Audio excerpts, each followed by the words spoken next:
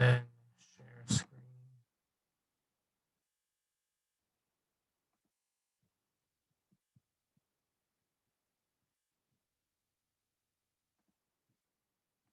Okay, I think we are all set now. Okay, so welcome everybody, and we are going to be focusing this year on Birchas Hamitzvos that are derabonon. Okay, we've done Birchas Mitzvos that are deraisa, and we've covered that. I mean, not all of it, but enough of it. I'm just going to mute you because I'm getting feedback. Okay. And if you have a question, you can ask. No problem. I just wanted to let you know that your picture's not live. I know. My camera's not working. I'm not home, and I have my regular camera, so I don't know what's wrong. But thank you. Like I told Scott a second ago, like it's not my face isn't why everybody comes to this year. So not much. No, rather see the Makoros anyway. Okay, so let's look at the let's jump in and look at the Rambam here. The Rambam says as follows: V'chein kol hamitzvos shemidivrei sofrim. Right, so all mitzvos that are midivrei sofrim is always a confusing phrase in the Rambam. It means like a rabbinic mitzvah, right? So but it's confusing why he doesn't write derabonon. There's different phrases that he uses, and midivrei sofrim we assume means derabonon. But that's what he says. So we assume it's derabonon. Mitzvos hova midivrayim kibal mikra megillah. Right, he gives a couple of examples of different mitzvos that are derabonon. Okay, and whether they're like chiyuvim, like eruv, okay, or netilas yadayim. So you always make a brachah before you do all of them, and you say asher k'deshanu mitzvos v'tzivanu lasos. So that formulation is very important when it comes to Berachos and mitzvos. We've seen some of it. We're going to see more of it as we go on in Berachos and mitzvos. That bracha, that formulation in the bracha is important. It means that and here it's especially important, because it means that God commanded us or sanctified us with the commands and the specific command to do, let's say, likros Megillah, to read Megillah. Okay, so then the Rambam asks the obvious question. It says v'heichan sivanu b'Torah, but these are rabbinic commands, right? So where do you see that you're obligated to say them? So he says shekasav b'sheimor l'cha taseh.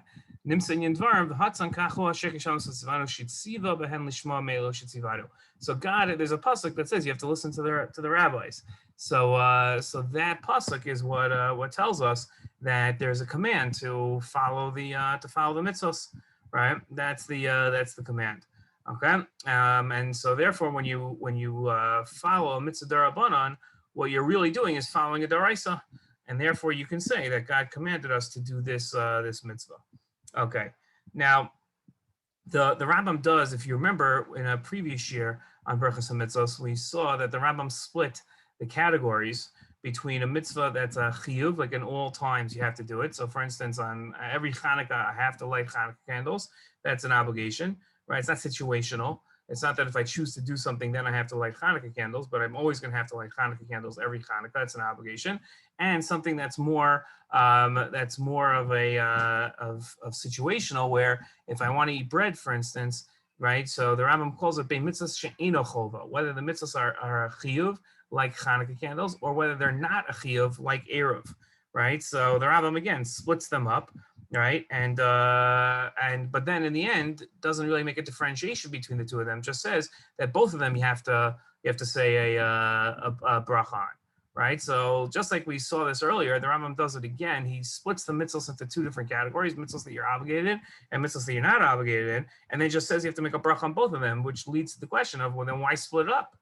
Why make two different categories and then just in the end, after you make the two different categories, say you have to say brachah on both categories?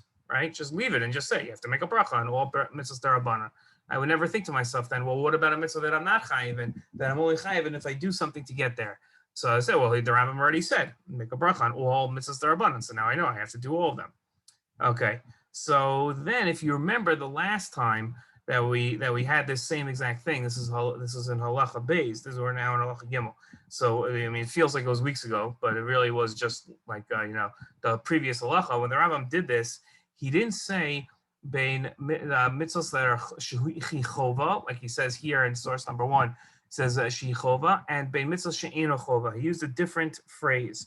So instead, he used that are dome l'rashus, right? So if you, I wish I would imagine my hands are up and I'm drawing like a linear line, right? And at one extreme you have obligations, and the other extreme you have things that are rashus, right? So things that are like they're up to you, for instance, right? Up to you, the Rambam meant when it came to a daraisa that, let's say I wanted to have meat, so then I had to shecht an animal. That's up to me. I never have to shecht an animal. I want to put a mezuzah on my door. I don't have to put a mezuzah on my door. It's only if I have a door, right? So those are dome l'rashus. Those are what the Rambam called last time dome l'rashus. Then if you keep going down the line, you'd have things that are eina chova. They're not obligatory, right? So I never have an obligation to do them. Okay, so what does that mean that I never have an obligation to do them? That means that they're completely biker cholim, right? Visiting the sick. So I never have an obligation to visit the sick. There's no time anybody can say to me, listen, today you have to visit the sick. It's biker cholim day. There's no such thing. It's a complete reshus. It's up to me if I want to or not. So that's dome l'rashus. So you have sort of like three categories the Rambam introduces here: chova, which is things like tefillin on a deraisa level, Chanukah on a derabonon level, and then you have dome l'rashus, right, which is things that are situational, and then you have eina chova, which also seem to be here situational. So it's one thing. Okay, you wanna have like interchangeable phrases, fine. But the Rambam is himself like switching from phrase to phrase. So why is there no consistency? What's the difference between something that's dome l'rashus and eina chova? Okay, I know it's nitpicking, but there's no way that this is random, that the Rambam just decided to pick two different phrases, right? That's impossible. There's got to be something to a difference between dome l'rashus and eina chova. If when it comes to daraisa, he calls situational mitzvos, that's what we're going to call them in English, situational mitzvos, when he calls them eina chova, but when they're derabonon, the other way, excuse me, on a daraisa, he calls them dome l'rashus, and then derabonon, he says they're called eina chova, right? That's the question. What's the difference between them? Okay. Rabbi, maybe dome l'rashus means that some situation can bring on the obligation. So if you own a house or you own a door, then then the obligation arises. Yeah, so that's definitely true. So now my question is, here in this source, when he says, let's say for instance, netilas yadayim, right? So wouldn't that be the exact same thing? I can go my whole life and not have bread, gluten-free. If I'm gluten-free, I will never wash netilas yadayim with a brachah, right? So that's also dome l'rashus, right? That's up to me. Let's say you're not sick. Let's say you choose to be gluten-free. So I'm never going to wash, right? So if I'm never going to wash, so that's the exact same thing, I think, as your example of the mezuzah and buying the house, right?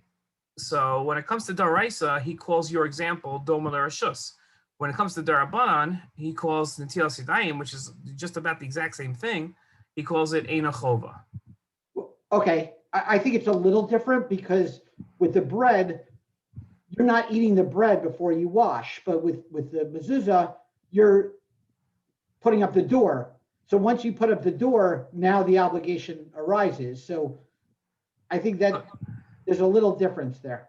Okay, so let's change your example, right, to something that also qualifies to the Rambam, shchita, right? I'm never obligated to shecht an animal. There's never a time I have an obligation. It's only when I want to eat meat. Okay, so now in your example now, right, on daraisa of shchita, it's called dome l'rashus. On a volunteer sedayim, then it's eina chova. Right, you're right. I would have said the shchita would be eina chova, but if it's a shoot, then yeah, that's problematic. Okay, so now, okay, good. So now I made my point here. Okay, so now we know it's a question. Okay, so three questions to open up after reading this halacha. The first one is, why not just say that all mitzvos derabonon have a brachah recited before them, as opposed to splitting up the categories and then saying that that both categories have to make a brachah, right? Exact same thing. Why does the Ramban change the term from dome l'rashus to eina chova? Okay, and now what issue is the Rambam addressing here? What's his real question? Is it how can you say the words asher keshanu tzivanu even though God didn't command us, or or is he really asking why is there at all a Birchas mitzvah before mitzvahs derabonon, right? When the Rambam says, he says, where's the words here? He says, "V'heichan sivanu b'Torah." Tell me if this works. Can you see me highlighting it? Yeah. Okay. Great. So when he says "Heichan sivanu b'Torah," so it seems like, I mean, this is the way we're going to go. His question is, how could it's a textual problem, right? A Birchas mitzvah, there's no problem really by having to say a bracha on a mitzvah derabonon. The problem that the Rambam has is, how could you say that God commanded us to make a bracha on a derabonon if it says the words in the bracha are asher k'dshanu b'mitzvos v'tzivanu lasos, right? Now the question you have to ask, I don't know if I'm gonna cover this, but the question you have to ask is, okay, so change the words of the bracha. Right? In other words, why are we so set on asher k'dshanu b'mitzvos v'tzivanu? How couldn't figure out that when they were setting up these words, like the Birchas and mitzvos, they couldn't say to themselves, well, what are we going to do about a mitzvah derabonon? So why is it so essential? And again, I don't know if maybe we'll have to cover this another time because I'm just thinking of this now. But why is it so essential that a Birchas mitzvah have the words asher k'dshanu b'mitzvos v'tzivanu in them, and now like create so many issues? Doesn't the Rambam answer that question by saying that we have this wording because essentially the Torah is commanding you to listen to the Rabbanan? No, that's the answer to the question of how could you say that formulation for a derabonon, right? That's the answer. We're going to see that's the Gemara's answer, right? The Rambam's answer, and the Rambam's getting it from the Gemara. If it's sure, he says that, right? But I'm saying, why have the problem in the first place, right? Why have this issue? Just don't have the issue, right? And just simply say that that we won't use those words, right? Just say brachah to Hashem Elokeinu melech haolam al mitzvos lulav, right? So they need that share k'dshanu b'mitzvos is so essential to a brachas mitzvah, right? That's you'll see it's going to create problems with converts later on. It's there's just so many issues that stem from the textual problem. Again, I'm not sure 100% because I'm only thinking of it now if I'm going to be able to answer it. But it is something that if we're covering brachas mitzvah and we see that here is the first time we have a problem with it, right? Because here we have as a derabonon, it's an issue, right? So that we're going to have to address at some point. Okay, the Gemara says, "My mevarach." This is talking about Hanukkah, right? And so the Gemara says, "Mevarach asher k'dshanu b'mitzvos v'tzivanu lahadlik ner shel Hanukkah v'heichan sivanu." Right. So where do we see that we're commanded? Avia omer milo sasor. Right. We see that we have a pasuk lo sasor that you can't move away from the rabbis from the right to the left. What they tell you. So he has a different pasuk from Haazinu that says that you should ask your father, and he'll tell you, right? Apropos for Father's Day, right? And the elders, the sages, and they'll tell you, right? So Rashi says, "Heichan sivanu." He says, "Ha'alav daraisa." It's not daraisa, right? It's elam midivrayim. This is derabonon. So how can we say, right? The Gemara's question is how can we say asher k'dshanu b'mitzvos v'tzivanu on something that's derabonon? Okay, and our question has to be in the Gemara here. What's the machlokas here? Right? What are Rav Avia and Rav Nachman debating about when they bring up their two pesukim? Again, we've mentioned this in previous Shiur, but just a methodological point that's important to recognize. If we're not learning conceptually, if we're not learning lumdus, so then we'd say, what's the machlokas here? They both have two different pesukim that they learn the mitzvah from, and they're debating which pasuk teaches the mitzvah. So I think that's sort of almost superficial as an explanation as to the machlokas. I don't think you're really explaining anything. I think you're just saying what you saw there, right? So I think that in order to have an explanation, what you require is that that the pesukim are like hints to the conceptual idea, and as each pasuk tells you a conceptual idea about the mitzvah, right? So when Rav Avia says it's from Mil Sasar, so there's a conceptual idea that he's bringing up, and he says that conceptual idea is found in the pasuk of Lo Sasar. And Nehemiah says that conceptual idea is not where we're going to get it from. There's a different conceptual idea, right? Which is why frequently you'll see in the Gemara will counter this this type of back and forth by saying, okay, what does the other Tana do or Amora do with the pasuk, right? What does he do with the? So what does it mean? What does he have to do anything with the pasuk for, right? Because these are conceptual ideas. You can't ignore the conceptual idea. The question is whether the conceptual idea that they're bringing up actually relates to the mitzvah or it doesn't. So when we see the pesukim, so that has to be our time where we ask, okay, what's the real idea here behind the pasuk? Okay.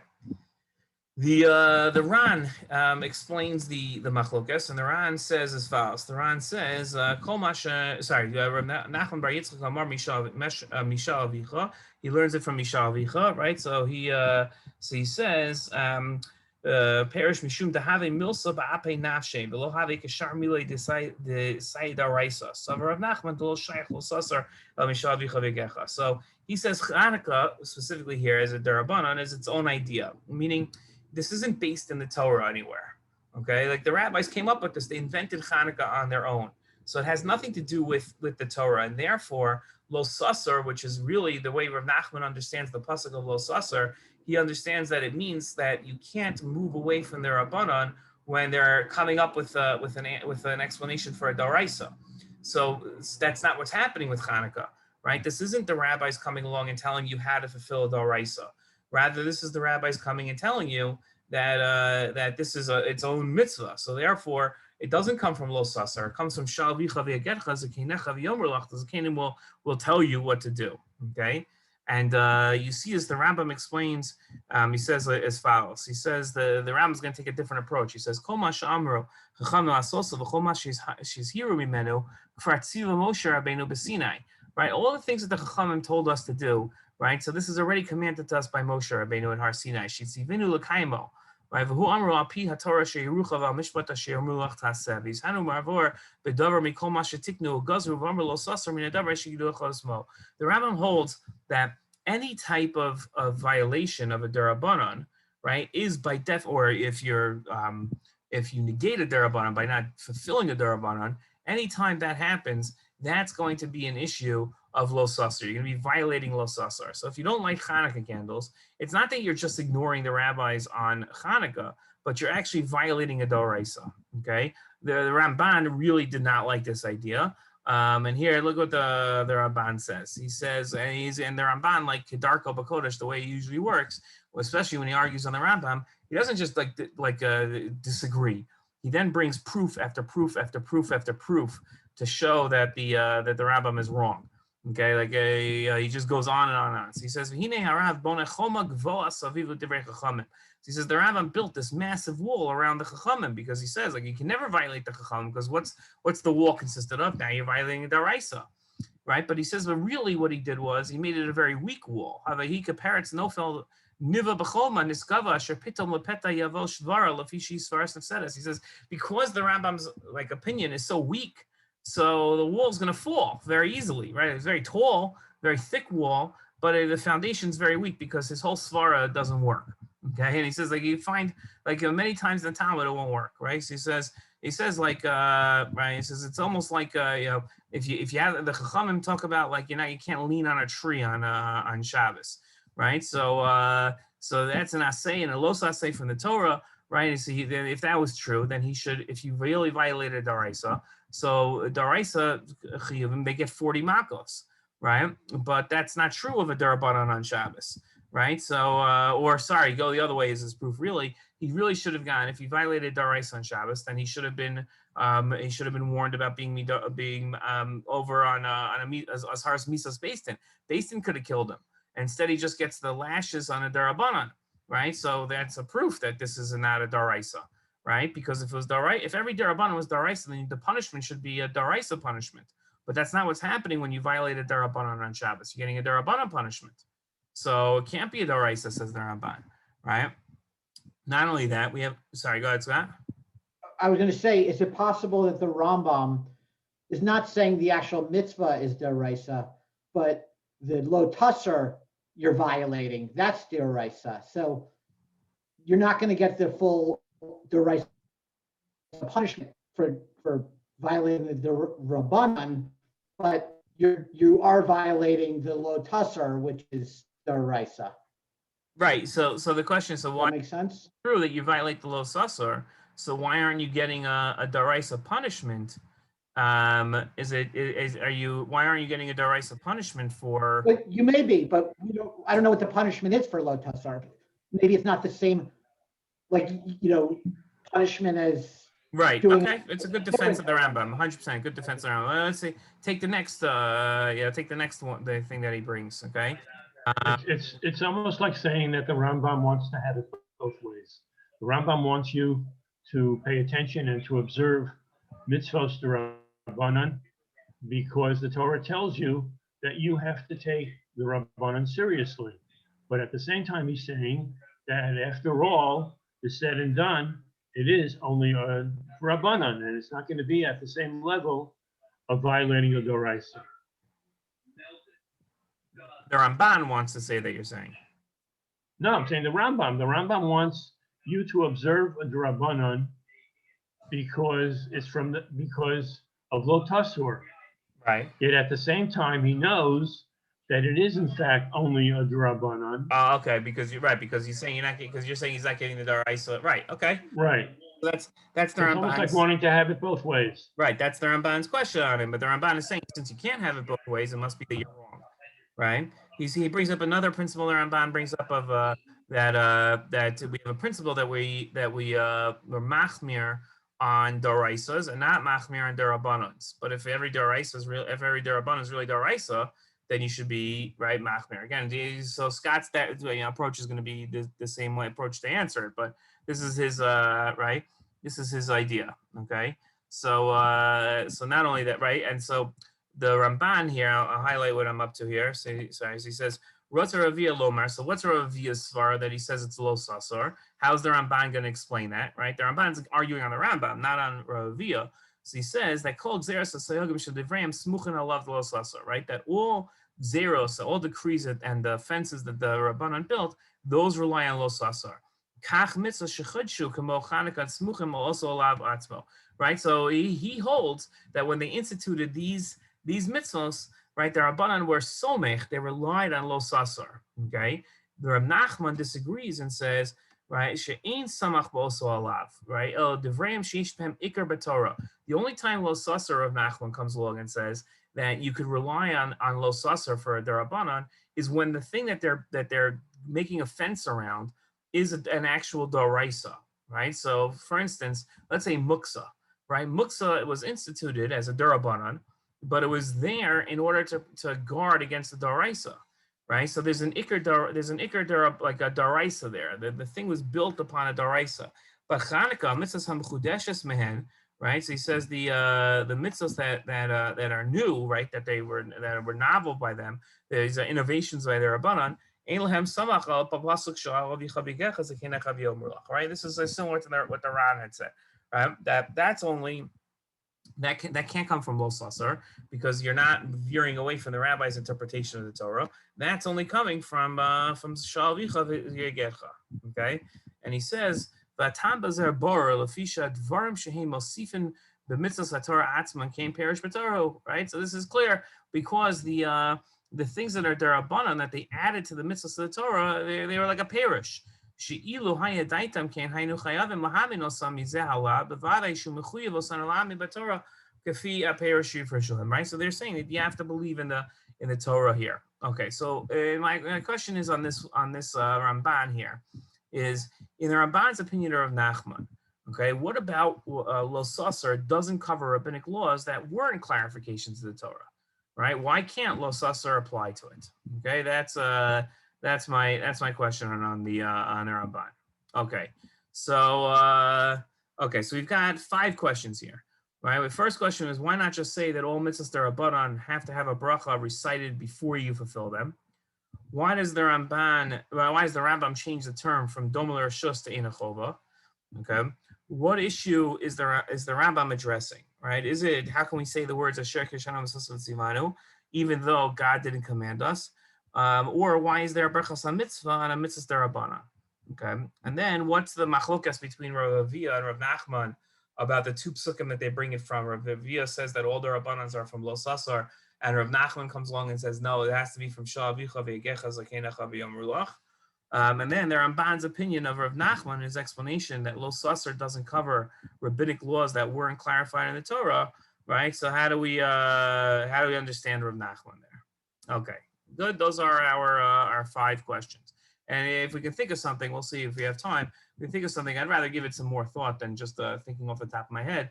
But why is a share kedeshanu b'mitzvos v'tzivanu so inherent to a mitzvah, to a brachas mitzvah, right? Why does that formulation have to be there, especially since it creates so many problems for us? Okay, so so here's what I want to. Here's my svara. Okay. Okay, so now keep in mind, right? Our whole idea of a brachas mitzvah is a way of a method or sure that we don't approach mitzvos in a casual way. Okay, so the havamina that we might have is mitzvahs derabonon could be looked upon as not as crucial as a mitzvah daraisa. And then, therefore, we don't require anything to stop you from having maybe you can approach it in a casual manner. Maybe there is no issue with approaching a mitzvah derabonon in a casual manner, right? It's only derabonon, it's not daraisa, right? So here we're going to say is the chiddush of this sugya is that there's an argument to make that even more than a daraisa, you actually need a brachah on a derabonon, because since you might think lesser of it, right? So therefore, it actually requires more of a brachah. Okay, the Rabbanan were so careful about the brachos on derabonons because that lends credence to the rabbinic mitzvos in the first place. Okay, right? See, this the havamina is that it doesn't require a bracha because it's not as important as a daraisa. So the whole point is that you should have yiras Hashem, right, when fulfilling a mitzvah, right? So that's why you need a brachas on mitzvah and a daraisa. So now we're coming along and saying that yes, that's the whole point, but a derabonon you don't need that because it's not daraisa. And then we come along and say that no, that's actually a horrible type of thing to say, right? You don't want to go ahead and say that, right? Because that's then what you're going ahead and doing is making light of mitzvahs derabonon. I'll bring a proof to it. I didn't think about this when I was writing up my notes and going through the sugya, but a proof to this is on Yom Tov Sheni, right? Yom Tov Sheni in Chutz La'aretz, right? So Yom Tov Sheni. So we remember we just brought up the Ramban brought up the principle that when we are in doubt over a mitzvah derabonon, we skip it, right? We're makil on a mitzvah derabonon, right? So for instance, if I didn't bench. If I wasn't sure if I benched or not, if I said Berachos Hamazon is daraisa. So if I'm not sure if I said it or not, I repeat Berachos Hamazon. But let's say bracha on Megillah, right? So I'm not sure. I'm starting my bracha. I'm saying the Megillah, and I'm not sure if I made a bracha on it or not, right? So or Berachos Nenin, let's say, easier, right? I'm drinking a cup of water, and I'm not sure if I ever made a shahakol on it. So I don't make another shahakol, right? Because it's derabonon. I don't say Hashem's name. So when it comes to Yom Tov Sheni, right, which is a day of doubt, right? I'm not sure if I should be keeping Yom Tov on this day or not, but out of doubt, I'm going to, right? So then what should I do, right? At that point, then I should, when it comes to that, I shouldn't make any brachos on Yom Tov Sheni Shogolios, right? We should always say that Yom Tov Sheni is a suffix, it's a day of doubt, and therefore we should never say a bracha on Yom Tov Sheni. So we say that no, the reason why we do make like it's a kiddush and everything else on Yom Tov Sheni, right? Say Shemona Esrei, right? Why do we do that? Because we don't want anybody to make light of Yom Tov Sheni. We say if we didn't have a bracha on Yom Tov Sheni, if we didn't have to make kiddush on Yom Tov Sheni, everybody would say, it's such a meaningless day. You don't even make brachos because we're not sure of it. So in order to strengthen the institution of Yom Tov Sheni, the rabbis came along and said, no, you have to say the brachos, which is something that we avoid saying unnecessary brachos, right? So that's my proof here that there are mitzvahs derabonon, same idea, right? That there's a good argument to be made not to say mitzvahs derabonon because they're only derabonon. So why should we make a bracha on a derabonon? So we come along and say that no, you do need a bracha on a derabonon. That's actually very important. Okay.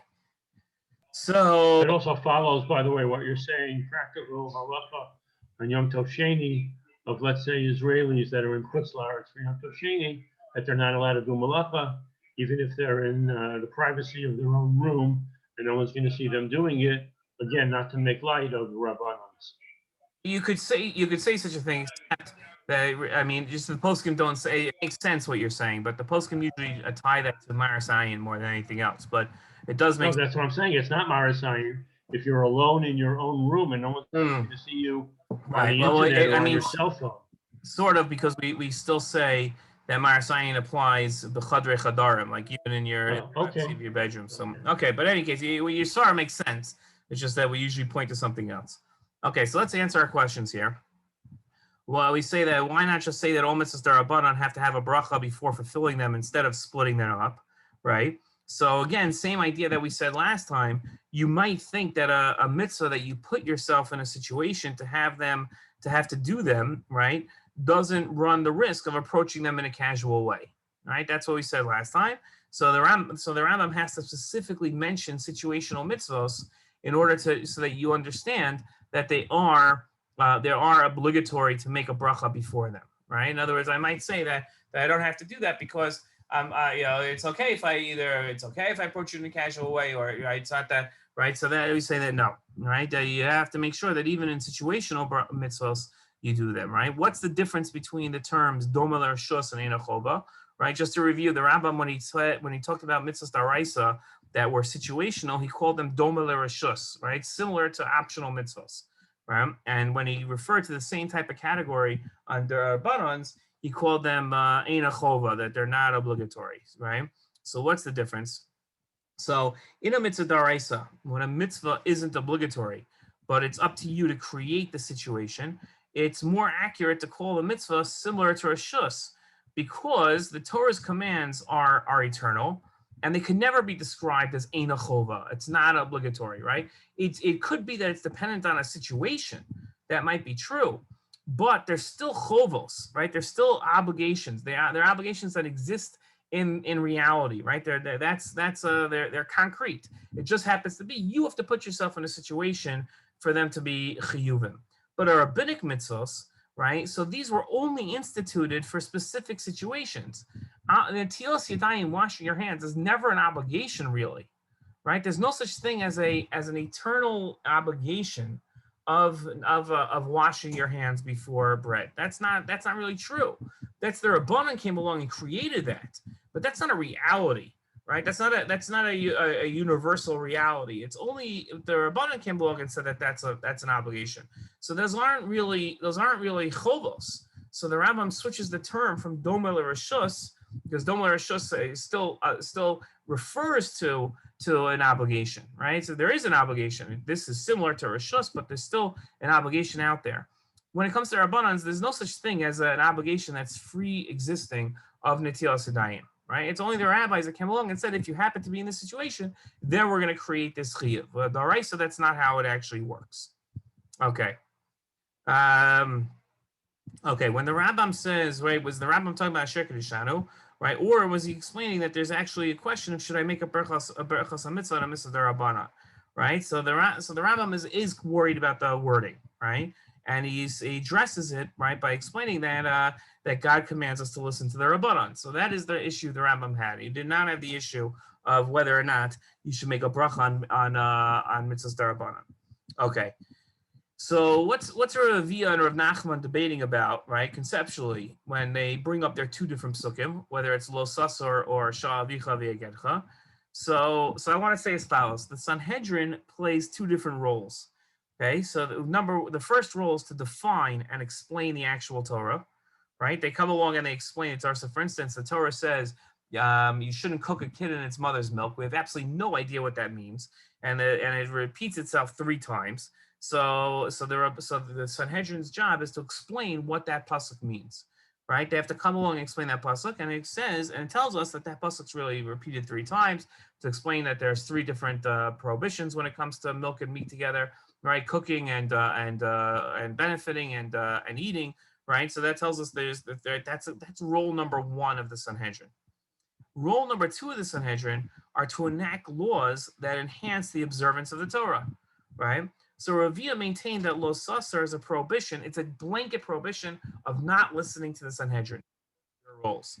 But Rav Nachman felt that lo sasar was a prohibition of only not listening to the rabbi's explanation of the Torah, only their first role, right? Lo sasser only applies to their first role.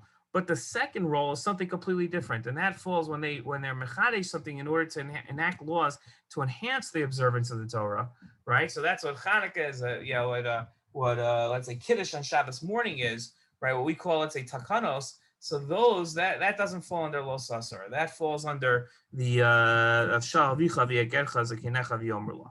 Okay, and in the Ramban's opinion of Rav Nachman, right, where he says that lo sasser doesn't cover rabbinic laws that aren't clarifications of the Torah, right? So according to Rav Nachman, there can't be a prohibition to disregard a rabbinic enactment, okay? Because a prohibition is an inherent imperfection, right? That's an impossibility, right? You can't make that claim about something designed to enhance the observance of the Torah, right? So there's a mitzvah and an Avia and a prohibition, right? That tells us that if you don't do this, or if you do this, that it brings in perfection. But how could you go ahead and say that about a gzera, about a fence that's built around the Torah, right? That's not an imperfection, right? According to Torah, there's nothing wrong with it, right? There's absolutely nothing wrong with it. So according to Rav Nachman, you can't say lo sasser means if you do this, you're violating there's an inherent imperfection inherent in this mitzvah, right? Or this chait. But here, there's no imperfection. If there was an imperfection, then it would be an issa daraisa, right? So in those type of things where the rabbis are coming along and creating a gzera or a takana, so it's impossible to say that there's an inherent imperfection, or else it would be in the Torah, right? So therefore, lo sasser doesn't apply to that. That's that's a whole separate concept of the rabbis coming along. So Rav Nachman splits them up. Avia doesn't, because Avia doesn't see the difference between the first two roles, the two roles, I shouldn't say the first two, the two roles of the Sanhedrin. He sees them as the same thing, right? And the prohibition is you have to listen to the Sanhedrin. Rav Nachman is coming along and saying, no, the lo sasser applies to an explanation of the Torah, and the second thing applies to so it applies to new things that the derabonon came up with, and that's the idea here. Okay, that's all I've got. Rabbi, Yep. You started with the Rambam. I think the words were the mitzvah from the sofrim instead of the derabonon, and Yeah. you said you weren't sure why. Is it possible? Because the example, if I recall, the examples he gave all sounded like new mitzvah, not interpretations like the milk and the meat. Interesting. He did. You're right. You make Megillah, Lakas Ner, on Shabbos and Lakas Ner Chanukah, right? So perhaps it wasn't, just random that he didn't use the derabonon. Maybe he was onto this too, and he was making the distinction there as well. I mean, I don't know. Right. You'd have to go through all the times that he brings up Midivrei Sofrim throughout the Mishnah Torah when he uses that phrase versus and see if it applies. If it does, it's a fascinating, chiddush that you have there. But you have to go through do a search on the Mishnah Torah and see every time he brings up Midivrei Sofrim if it's really only brought up at a rabbinic convention as opposed to a rabbinic clarification. Yeah, the Rambam doesn't even address the differences. He doesn't see the difference, right? Because he says it's all from lo sasser, and that's the Ramban's problem with him, right? That he doesn't differentiate. And people that look at the Rambam here, they say he obviously paskins like Rav Avia. He doesn't paskin like Rav Nachman, right? And he holds that it's all from lo sasser. Yeah, so he doesn't make that differentiation. It would be interesting if like the Rambam had ever written a parish on Gemara and to see how you would explain Rav Nachman's opinion. That it's not lo sasser, but we don't have that opportunity, so we don't know. Okay, Belina, there we're on. Next week's a fast day, but I'm willing to have shiur. I don't think that there's a reason not to. So, okay. Hopefully it won't be a fast day. Maybe we'll, then we'll have see. Okay. Sorry? Shkoach. Sure. Have a wonderful Father's Day and see you next week. Okay, all the best.